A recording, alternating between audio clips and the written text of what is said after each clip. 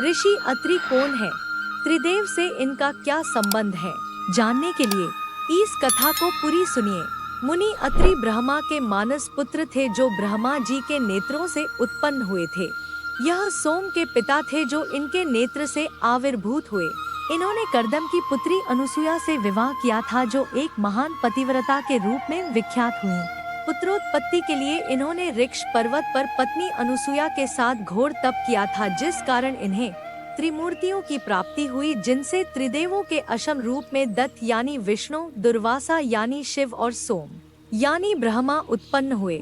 इस तथ्य पर एक कथा आधारित है जो इस प्रकार है। ऋषि अत्रि और माता अनुसुईया अपने दाम्पत्य जीवन को बहुत सहज भाव के साथ व्यतीत कर रहे थे। देवी अनुसुईया जी की पतिव्रता के आगे सभी के नतमस्तक हुआ करते थे।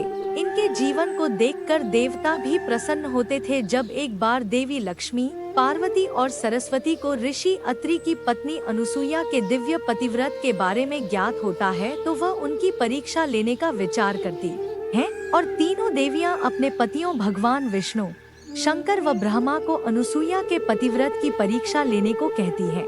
विवश होकर त्रिदेव अपने रूप बदलकर एक साधु रूप में ऋषि अत्रि के आश्रम जाते हैं और अनुसुईया से भिक्षा की मांग करते हैं, पर वह एक शर्त रखते हैं कि भिक्षा निर्वस्त्र होकर देनी पड़ेगी। इस पर देवी अनुसुईया जी धर्म संकट में फंस जाती हैं। यदि भिक्षा न दी तो गलत होगा और देती हैं तो पतिव्रत का अपमान होता है।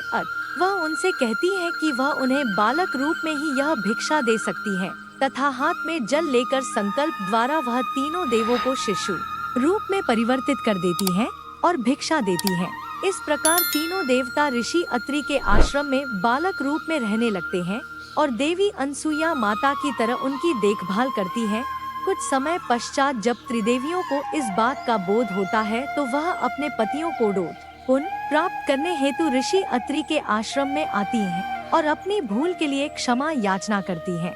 इस तरह से ऋषि अत्रि के कहने पर माता अनुसुईया त्रिदेवों को मुक्त करती है। अपने स्वरूप में आने पर तीनों देव ऋषि अत्रि व माता अनुसुईया को वरदान देते हैं कि वह कालांतर में उनके घर पुत्र रूप में जन्म लेंगे और त्रिदेवों के अशम रूप में दत्तात्रेय, दुर्वासा और सोम रूप में उत्पन्न हुए थे। महर्षि अत्रि वैदिक मंत्र दृष्टा ऋषि माने गए हैं। अनेक धार्मिक ग्रंथों में इनके आविर्भाव तथा चरित्र का सुंदर वर्णन किया गया है।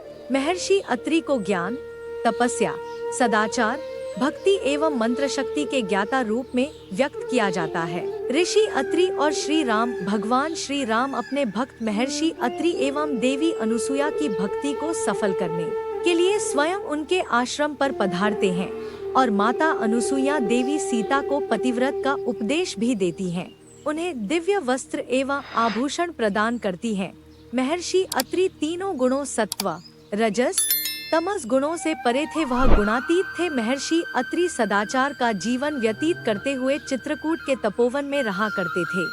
ऋषि अत्रि जीवन वृतांत वेदों में वर्णित है कि ऋषि अत्रि को अश्विनी कुमारों की कृपा प्राप्त थी। इस पर एक कथा भी प्राप्त होती है कि एक बार जब महर्षि अत्रि समाधिस्थ थे तब दैत्यों ने इन्हें उठाकर शतद्वार यंत्र में डाल देते हैं और जलाने का प्रयत्न करते हैं, परंतु समाधि में होने के कारण इन्हें इस बात का ज्ञान नहीं होता। तभी उचित समय पर अश्विनी कुमार वहां पहुंचकर ऋषि अत्रि को उन दैत्यों के चंगुल से बचाते हैं। यही कथा ऋग्वेद के प्रथम मंडल में भी बताई गई है। ऋग्वेद के दशम मंडल में महर्षि अत्रि के तपस्या अनुष्ठान का वर्णन है एवं अश्विनी कुमारों ने इन्हें यौवन प्रदान किया, इस तथ्य को व्यक्त किया गया है। ऋग्वेद के पंचम मंडल में वसुयु, सप्तवध्री नामक अनेक पुत्रों को ऋषि अत्रि के पुत्र कहा गया है।